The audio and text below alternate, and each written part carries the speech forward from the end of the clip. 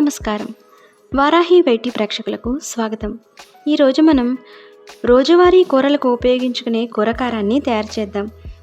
కూరకారం తయారు చేసుకోవడానికి కావలసిన వస్తువులు: శనగపప్పు, మినపప్పు, జీలకర్ర, ధనియాలు, కరివేపాకు, పల్లీలు, గసగసాలు, నువ్వులు, ఎండుమిర్చి, ఎండు కొబ్బరి. ముందుగా స్టవ్ వెలిగించుకుని కడాయి పెట్టుకుని మీడియం ఫ్లేమ్లో ఉంచుకుని ఒక చెంచాడు జీలకర్రను వేయించుకోవాలి. జీలకర్ర వేగిన తర్వాత తీసేసుకుని పల్లీలు వేసుకుని వేయించుకోవాలి.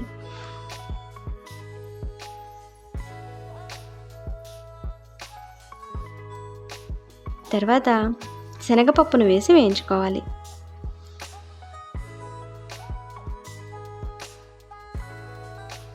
శనగపప్పు కూడా వేగిన తర్వాత తీసేసి మినపప్పును వేసుకుని వేయించుకోవాలి. పల్లీలు, మినపప్పు, శనగపప్పు ఈ మూడిటిని విడివిడిగానే వేయించుకుంటే అన్ని గింజలు సరిసమానంగా వేగి కూరకారం మరింత రుచిగా ఉంటుంది. అన్నీ దోరగా వేగిన తర్వాత తీసేసుకుని ఇప్పుడు ధనియాలు, నువ్వుపప్పు, గసగసాలు, కరివేపాకు వేసుకుని వేయించుకోవాలి.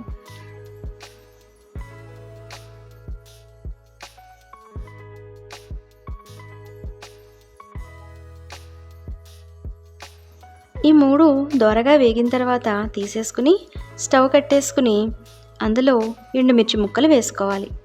ఈ మూకుడు వేడికి ఎండుమిర్చి వేగిపోతుంది. ఆ మాత్రం వేడి దానికి సరిపోతుందన్నమాట.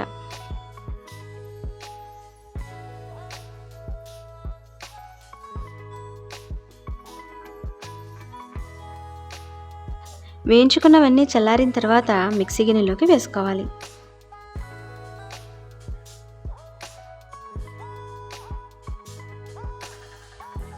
ముగ్గుల్లో ఉన్న ఎండుమిరపకాయ ముక్కలు, ఒక 4 ఎండు కొబ్బరి ముక్కలు కలుపుకోవాలి.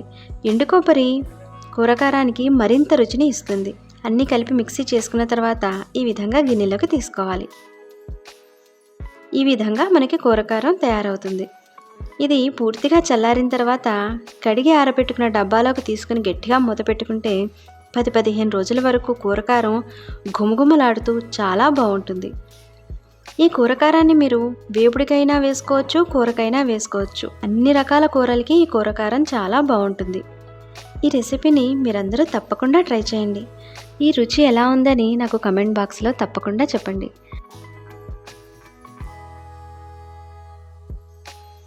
మరొక మంచి రెసిపీతో మళ్ళీ కలుద్దాం.